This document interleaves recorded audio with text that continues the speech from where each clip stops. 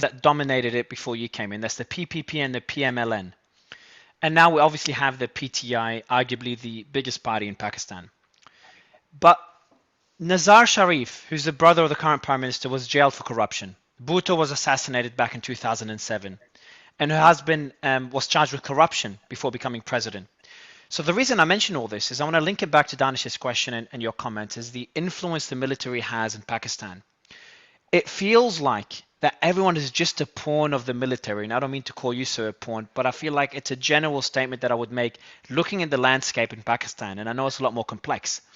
But it also feels like corruption is simply part of the political system. Like and I know there's corruption allegations against you as well. It just feels like no president, nobody in Pakistan within the government could avoid being charged with corruption or avoid playing by the military's rule. Is that a fair statement? Look, let me first say one thing. My government was the only government not removed, not because of corruption. Other governments, when the two main parties in the 90s, they were removed twice each for corruption. And the corruption charges against the two main parties we inherited them. When they were in power, these corruption cases against them were made then. One of them was the famous Panama scandal, where there was an expose of offshore accounts of various heads of world leaders and ministers. I don't know whether you remember the Panama scandal in 2016. So that's when their properties came out in London, and the Sharif family's properties. So we inherited this all in 2018. Now, my government never was charged for corruption. So the army chief afterwards gave a statement saying something ridiculous, like he thought that I was dangerous for Pakistan and that's why he had been removed. But the point I want to make is, look, corruption is a symptoms when you do not have rule of law. If you have rule of law, you don't have corruption. So, and why does corruption destroy the developing world? Because the powerful are the ones who are stealing the most money and siphoning off abroad to offshore accounts. There's a report by the Secretary General of the United Nations. It's called the Fact-I Report. And he got economists to find out why the poor countries were getting poorer and the rich countries were getting richer. And according to the report, now this is, Mario, just listen to the startling figures. $1.7 trillion every year are siphoned off by the ruling elites, illegally, money laundered out of their countries, going to Western capitals, to offshore accounts. $1.7 trillion every year. And there are about $7 trillion of money parked into these offshore accounts from the developing world. So what is happening is that the ruling elites, because they don't have rule of law, the powerful are above law, they manage to get away by plundering their countries. So the poor countries are getting poorer and the rich are getting richer. And one of the reasons why you have these immigrants sort of dying to cross over to the rich countries is because the rich countries don't do anything about it. Because they benefit from this inflow of capital, they don't try and stop this. And I try to raise this at the United Nations. So in Pakistan, the reason why we have not been able to convict the powerful, although there's so many cases of corruption against them, is because weak law enforcement. The powerful always manage to get out of it. And the problem also is that we had the General Musharraf. Now he spent billions of rupees trying to have these two families convicted because he removed them on corruption. And just when cases were maturing, he then does a deal which was called the NRO, the National Reconciliation Ordinance. And he gave them immunity. And so therefore they were back in power for the next 10 years.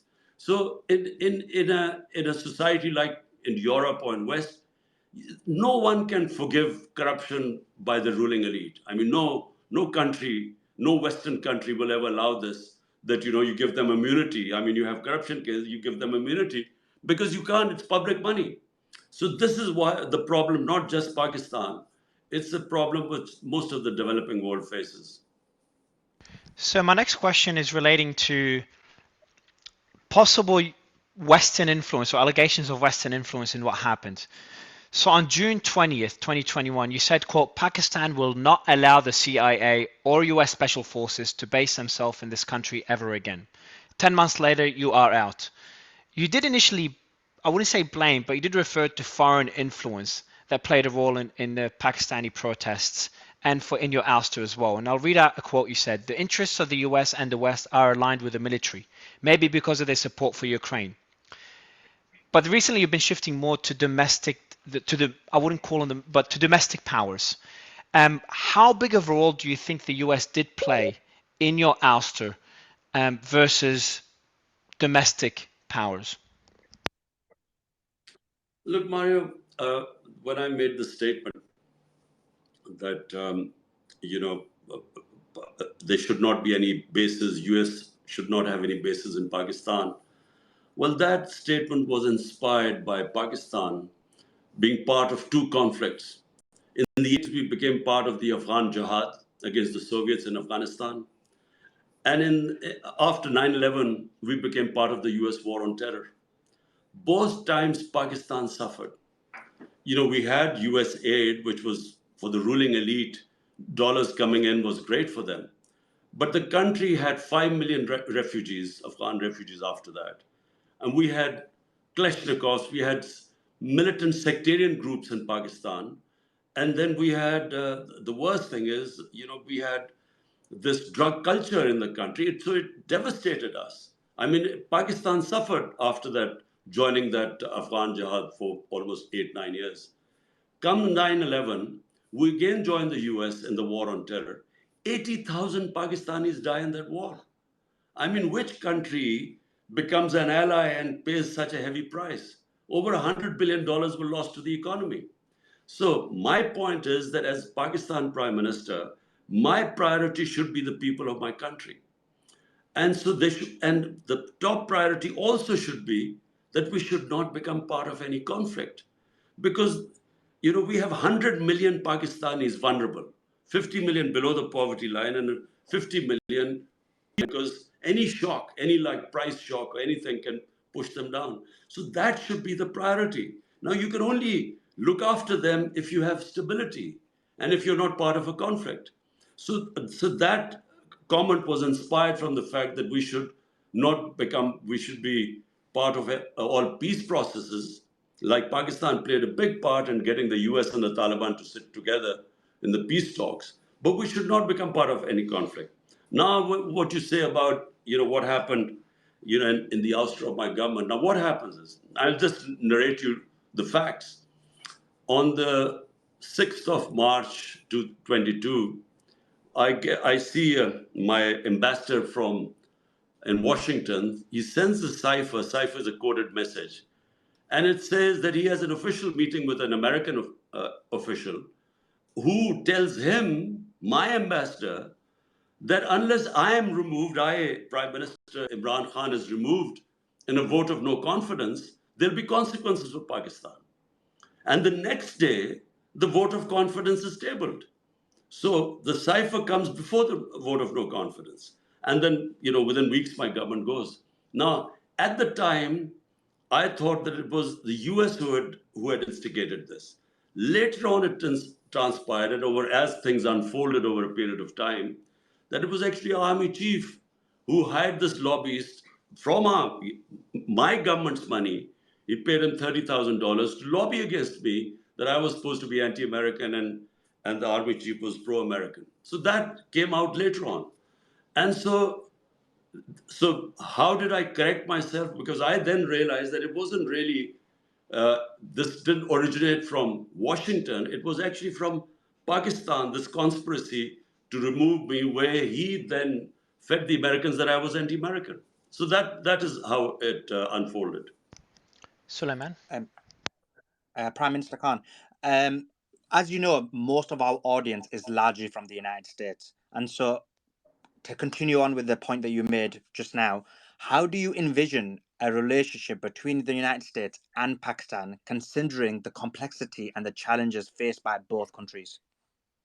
Look, Pakistan should always have a good relationship with the US simply because not just that the US is a superpower, but Pakistan's biggest trading partner. I mean, Pakistan our highest exports are to the US.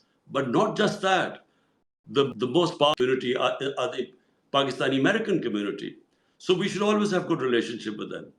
And so if you ask my point of view, I mean, whatever this cipher and whatever happened, for me, it's all in the past. The thing is that it is important for us to establish good relationship with them. And by the way, I had very good relationship with the Trump administration. Mr. Khan, you've referenced Trump. Not sure if you could hear me. I'm not sure if it cut out. But many compare to what you're going through to Trump's legal challenges. Both of you have been indicted. Both of your supporters call this a political witch hunt. I would not call that comparison because what's going on in Pakistan is significantly more serious, in my opinion, to what's happening in the US. But what would be your message to any Trump supporters that make that comparison? Look, it's completely different. What's happening and I'm not fully aware of the cases on Donald Trump, but mainly because, as you pointed out, my situation right now, all my concentration is really dealing from a day-to-day basis. It's a sort of game of survival right now here. But I can tell you that the cases against me, if this was happening in the United States, there would be a public uproar. You could not, I've been known in this country for 50 years. I've never had one criminal case against me. And at the age of 70, suddenly, I have 170 cases against me. And there are 40 or 50 terrorism cases. There's blasphemy case. I mean, now there's latest a murder case. So no one in this country believes this. Just for the audience, I received the greatest amount of funds. I have done more charity work in this country than anyone in the history because people trust me with their money. I mean, I run this sort of 2 cancer hospitals, which are the biggest charitable institutions in Pakistan, and a third one about to be completed this year. Then one university, again, 90% scholarship for students. So, and then another university about to begin. So all for charity. It's because people trust me with their money. So now no one in this country believes this nonsense. That certainly in the last few months, I have 170 cases against me, criminal cases. To answer your question, it has to be different. I mean, in the US, if these cases were made against me, I think there would be a public uproar because they're just ridiculous cases. Whenever I go to the court, they give me bail because there's nothing. They're bogus cases. That's why now the government is trying to have military courts, and so the effort will be now to try them in military courts because in civil courts they can't convict me. Danish? Sir, we can't talk today without discussing the fact that Modi is visiting the US right now. And over the course of the last 48 hours, and I know you've had many battles with India on the cricket court or cricket matches in the cricket pitch. But, right now, Modi is aligning himself very closely with the US. They just signed multiple alliances, including in fields like AI, in chip manufacturing, in terms of visas, in terms of every single way that they could possibly align themselves. India and the US are building this alliance. It's clear that it's happening as India is worried about what's happening in the Indo-Pacific. What are your thoughts on what's happening between India and the US? And of course, how do you think that impacts Pakistan? Well, look, it's good for India. Clearly, this alliance is very beneficial for India. And I see the US interest in this alliance because the containment of China. And so, this was always going to happen. In fact, this alliance was building up. It's not that it's happened suddenly. For Pakistan, the worrying thing is that, we remember in the 60s, right up to the 80s, Pakistan was actually ahead of India in most of the economic indicators. And sadly, from 90s onwards, when we had these two families taking turns to rule us and misrule us, from then onwards, not only just did India overtake Pakistan, but also Bangladesh. And that's painful for people like us, because we know that when we were growing up in the 60s, there was so much optimism in this country, because, people had confidence in themselves, because they felt that we were the country which would outstrip all the other countries in Asia. And so now watching this, I guess, from point of view of India, and I have to say, I always had, a lot of love and respect in India because of cricket. And when I became the Prime Minister, I always thought the first thing we must do is to have good relationship with India.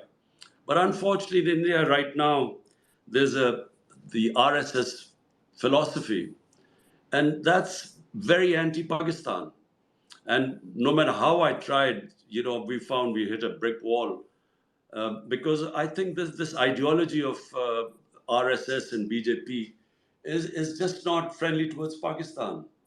So from that point of view, it's sad, because our main issue is Kashmir. And if we could resolve the issue about Kashmir through dialogue, it'll be the greatest thing for the subcontinent.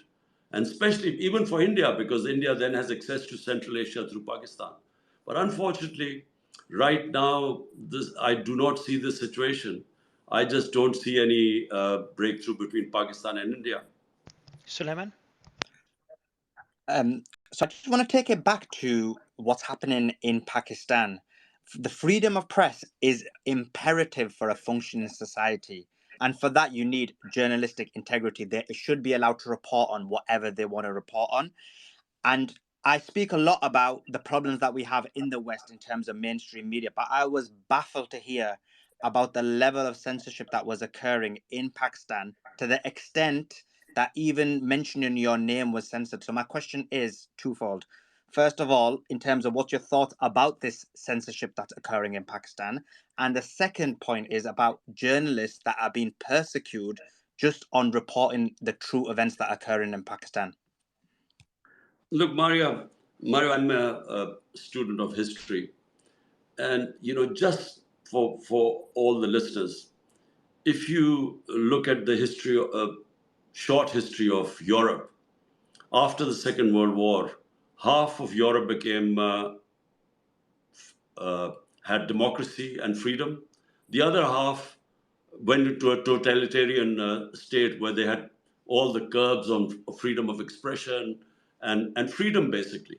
So the difference between the same Europe, 50 years later, the Western Europe, which had freedom, became prosperous and way ahead, and Eastern Europe stayed back. Even Germany, it's the same German people, East and West Germany. There was a huge difference between the prosperity of Western Germans compared to the Eastern Germans, because whenever you curb freedom of human beings, you retard their progress.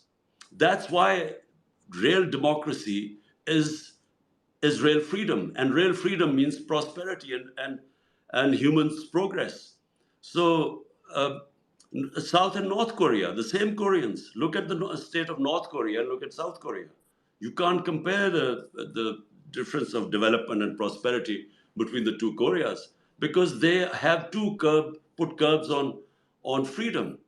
So Pakistan, unfortunately, as I said, is going through this dark period now.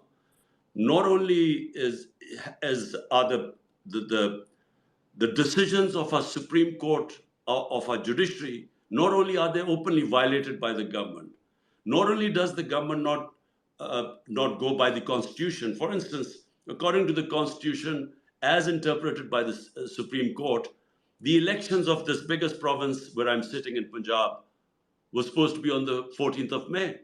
The government just refused. They refuse to hold it and not abide by the Constitution. And similarly, right now, I mean, our people go for bail, the courts give them bail, and then they get picked up by the police and on charges on other issues. So complete violation of fundamental rights going on right now. But the worst is the curb on media, because our media had gradually evolved over a period of time, just like our judiciary. The judiciary asserted its independence. Normally, it used to be subservient to the executive. And then our media, over a period of time, became vibrant, and one of the most vibrant medias probably anywhere in the world. Now, there is complete censorship. Even my name is not allowed to be mentioned on national television. And worse, some of our best journalists, 4 of our best journalists have left the country because they were scared of cases against them. One of the best investigative journalists, Arshad Sharif, had to leave the country and was actually murdered in Kenya. And then right now, for almost a month, the Pakistani journalist who has the highest viewership on YouTube, first they hounded him out of the main media. So he went on YouTube. He had the highest viewership, and he's disappeared for over a month. And the judiciary, they keep asking the police to produce him, and the police has said, we don't know where he is. So we've never really had this sort of draconian measures. Even Musharraf's martial law was liberal compared to what is going on right now. So I've got to ask you, taking a step back and focusing on your party and what happens next. So most people agree that if an election was to be held today, you would win. And I know you've called for earlier elections to be held. But you also face, as we said, 177 allegations, and that includes serious allegations like treason and terrorism and corruption and murder.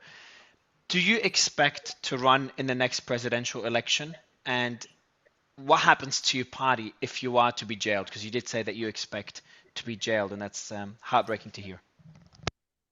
Well, look, Mario, the problem I'm facing is, in fact, the country's facing, is that the establishment and the government, the government is basically reliant on the moment there are elections. That's why they're running away from elections, that they'll be wiped out, as they were in the by-elections, despite all the support they got from the government machinery and from the establishment.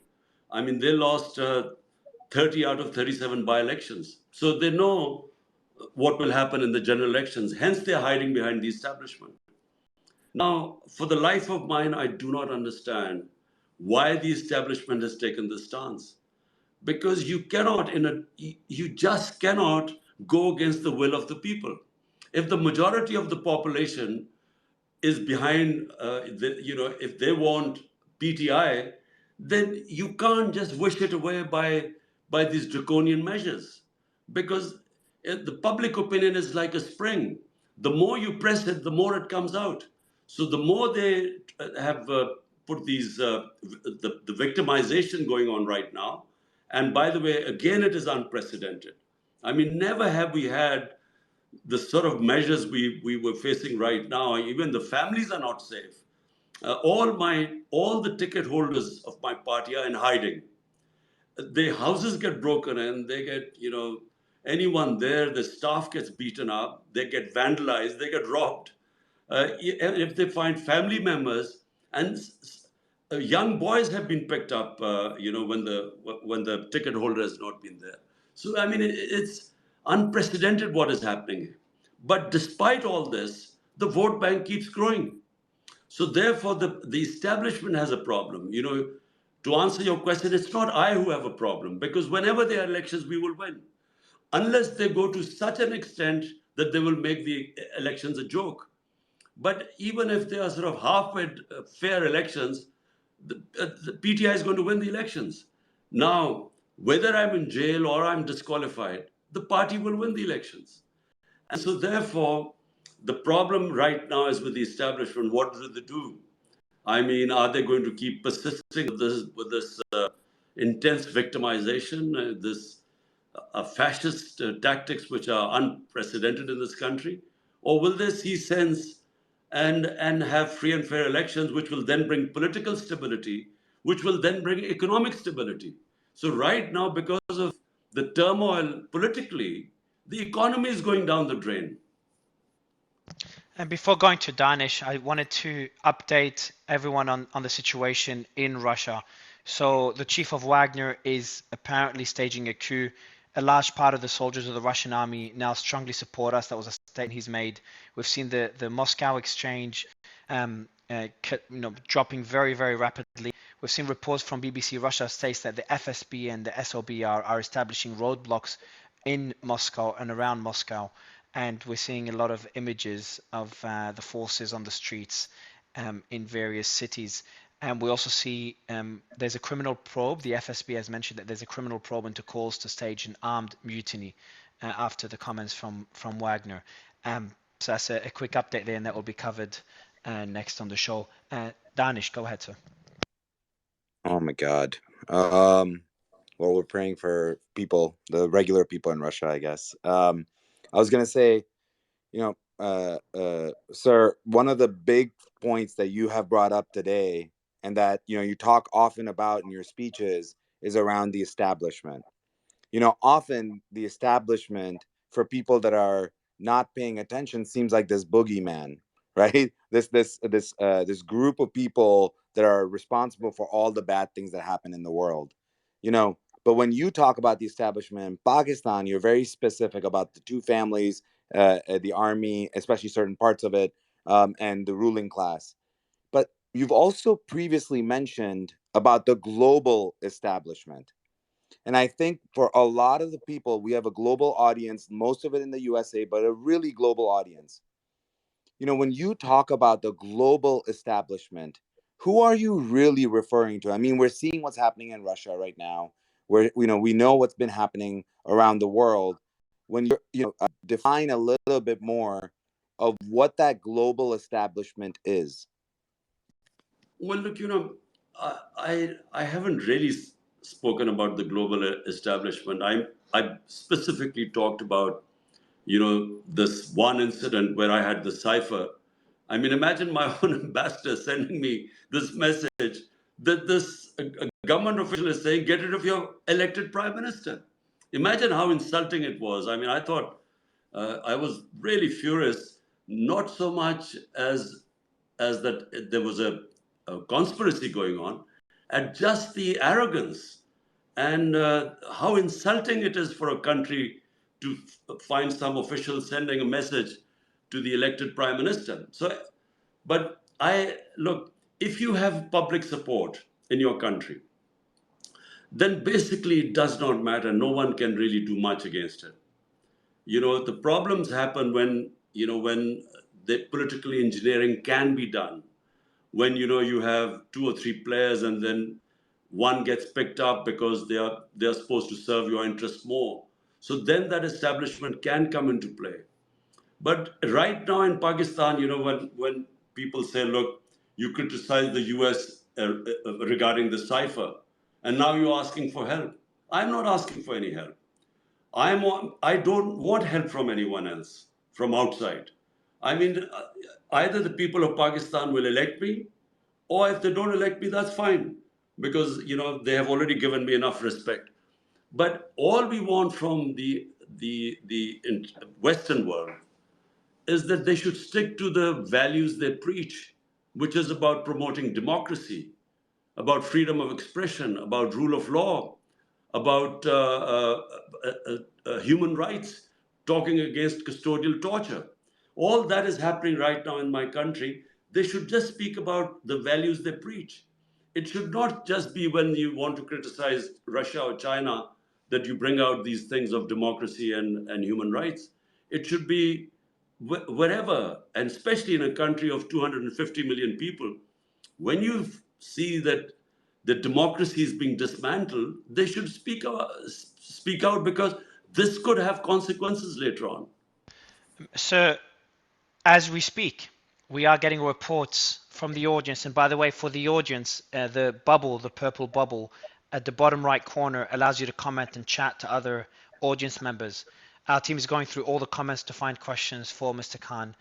In the meantime, we're getting reports, and we've been getting them for a while. And I just told them, due to this space, internet services have been slowed down in various areas in Lahore by the government. So we had this report by multiple sources. Obviously, I'm not in Pakistan to be able to verify, but it wouldn't be surprising. And we did talk internally about attempts to crash this space. We did talk to Twitter's team to make sure that they do help us in the background, that nothing goes wrong. Otherwise, I will go to Sulaiman for the next question.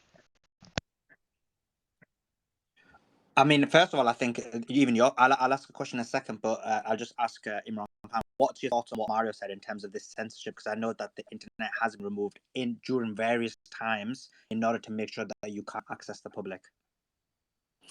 Look, this is what the government is trying to do, this fascist government, because really, I repeat, under General Musharraf's martial law, I was in the opposition. I actually went to jail for 7-8 days. But I never experienced these sort of fascist draconian measures, what is happening right now. This is unprecedented. And the problem is that they don't realize that the world has changed because of social media. So I'm completely out of the mainstream media, but because of social media, I can still get my messages through. And so all these tactics don't work anymore. They used to work at one time, when during General Zia's martial law, General Ayub's martial law, there was complete media censorship. And you actually could get away with it because we had no other source of information. So we would believe whatever I remember when I was growing up, we would believe whatever the government-controlled, censored papers and television would say. But now everything has changed. The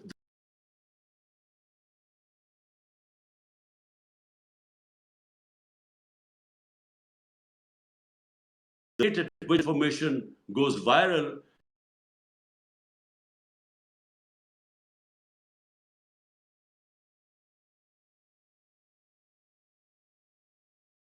in terms of owning the leadership of the country, and obviously you were an outlier where you rule the country, which wasn't those two families and wasn't the military.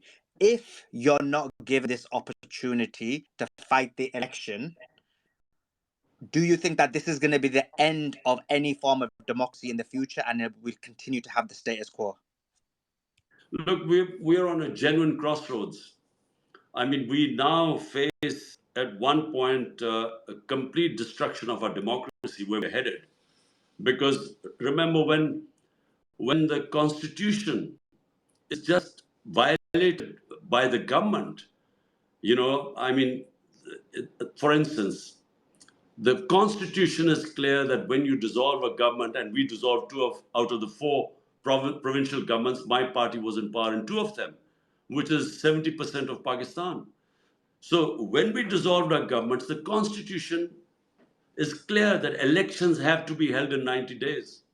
Well, the government refused. The federal government refused to hold elections. Now, this is unprecedented. It does not happen in a democracy. Secondly, right now, all fundamental rights are being violated, and the police openly flaunts them. I mean, the judges, for instance, asked the police to bring in the people who they have put in jails. First the police doesn't respond, and then when they bring them, the judges give them bail. They're immediately taken. Some other charges are levied on them, and then this media, total ban on media. I mean, my name cannot be mentioned on the media. I mean, this also has never happened before. So we are heading towards a blind alley now. If we keep going this way, Pakistan has no future, because as we know, with this political instability, which is the more you run away from elections, we are in a space where no one knows where Pakistan is headed, and therefore the economy is not going to go. We have no way of picking up the economy if there's no political stability. So that's one way, and the other is free and fair elections. Allow the people to decide who they want to govern this country. And then once the a government comes in with a proper majority and the backing of the public, then conduct sweeping reforms. You know,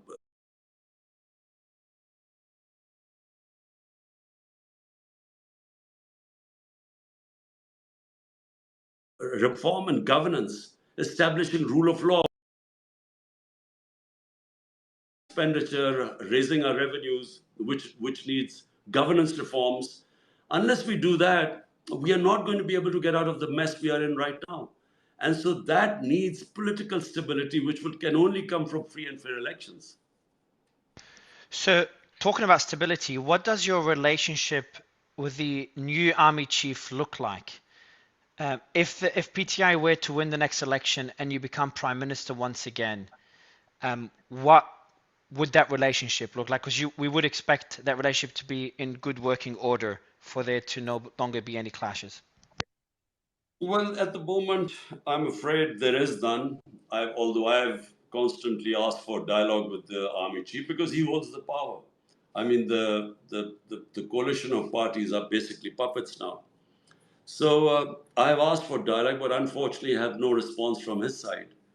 And so whatever, you know, what do I say, animosity or whatever reservations he's got about me is from his side. So I understand that, you have to work with the establishment, although there has to be a new equilibrium, because I again repeat that you cannot have a system where the responsibility lies with the elected prime minister, but he does not have the authority to implement his program. So that has to happen. At the same time, the establishment has a role, but that has to be defined again, because the way things are right now, the hybrid system which we've had so far has clearly not worked, because as I said, in the last 30 years, first India overtook us, and then Bangladesh overtook us. And bearing in mind, till 80s, we were ahead of all the countries as far as our economic indicators go. We were ahead of all the countries right up till the 80s. Danish? So, talking about the economy for a second, when we look at Pakistan right now, you were mentioning the deficits. You were mentioning, some of the challenges, economic challenges of the common people of Pakistan. But the military in Pakistan still continues to demand the lion's share of the national budget. What are your thoughts about the amount if you are given the opportunity to run again? What would you do to the budget for the military?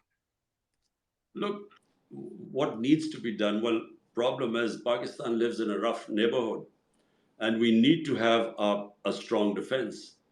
But what needs to happen is that we have to create wealth in this country.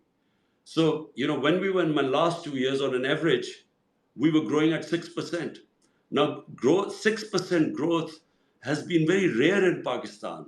It's been Ayub Khan's time for a while, but then we were part of the CENTO, the pact with the US, and there were US dollars coming in.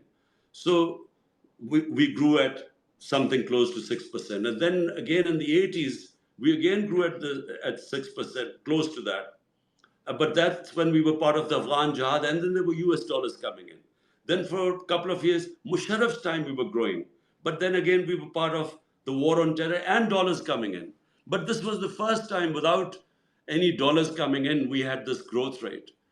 So the problem is that unless we create wealth, neither can we pay our debts, nor can we afford now to pay not just our military, but even for our health and education or human development.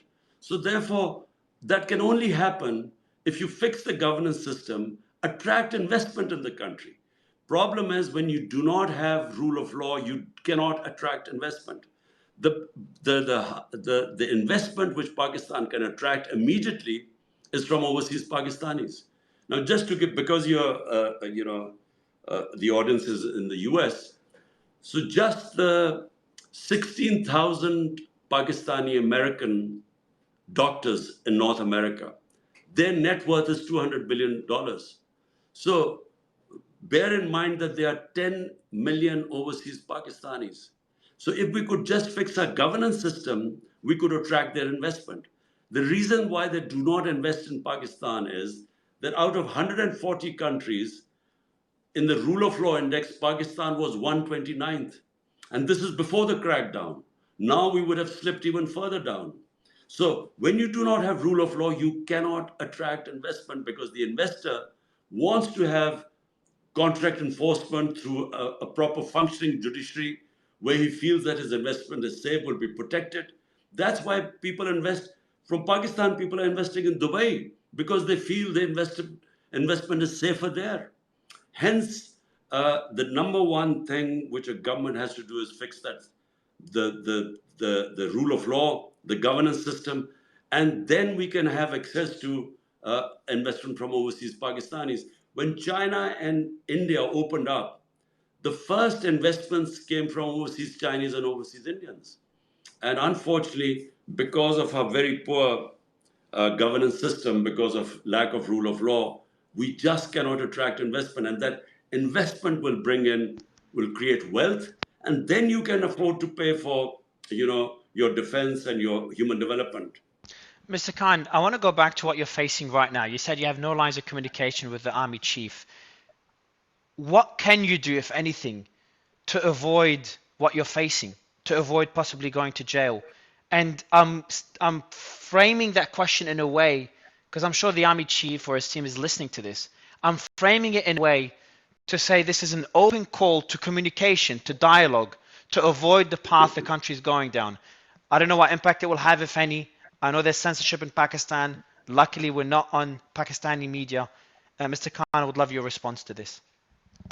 Well, Mario, I have already made this appeal several times, but I get the impression that when I make the appeal, the establishment, or maybe the army chief, maybe they think that I'm getting scared and frightened because of all my party in jail or underground, or some of the party leaders leaving the party. So maybe they feel I'm now under pressure, and that's why I'm trying to open dialogue. But I've tried it from day one. Ever since the new army chief came, I sort of offered that, look, we should sit down, at least know what is your game plan, what is the roadmap. Because if the establishment feels that Imran Khan is sort of somehow bad for this country, but explain to me then what is your idea of what should be best for the country. And unfortunately, so far there has been no response. So maybe, Mario, from this message today, maybe there would be a response, but somehow I doubt it, because I think they're pretty fixed that whatever happens, my party cannot win the election. Well, my message to Asim Munir, who's the new army chief, is clear, and that's the same message from the Western world. There's going to be a lot of people listening to this. The West is watching, and we urge dialogue. We urge dialogue. The path that Pakistan is heading down, whether you agree with an opponent or don't agree, going to this extreme to censor someone and to end a political party is not how any country should function. And hopefully we'll see dialogue after this. And Mr. Khan, the question for you, and I know we're wrapping up shortly, I know you have to go, and I know that you probably want to check what's going on in Russia as well, considering this started like 10 minutes before our interview. But I want to ask about your family, sir. You did state in one interview you cannot even see your son, considering how bad the situation is. How is your family doing? Have you seen anyone from your family recently? And my question again is, are you worried about the next few days, sir? Well, my wife has cases against her. They've taken out warrants against her. My sisters, 3 of my sisters, they've gone after them. So some of them, my nephew has gone abroad because they were looking for him. So anyway, so the family, my sisters have been all somehow or the other been approached by these intelligence agencies. one of my younger sister has had these corruption cases against her. So, all this is happening. But this is not just happening to me, it's happening to all my party members, their relatives. There have been cases on all of them. Cases, whether it's corruption, whether it is tax department, whether it is FIA, all the agencies, the main concern right now, I mean, you'll really be shocked. All the agencies of the government, the institutions of the government, their one aim is to somehow destroy and crush PTI, the party. And of course, all these 170 odd cases against me. So not just me. I mean, you asked me a question, do I feel worried about myself? Actually, more about my people who are suffering, people in jail, 10,000 people in this heat, stuffed into jails, women especially. I mean, it's never happened that for peaceful protests, women have been thrown into jails. And then, you asked me about my sons. There's no question of me asking them to come over right now, because it is a very, for families, this is a very scary time if they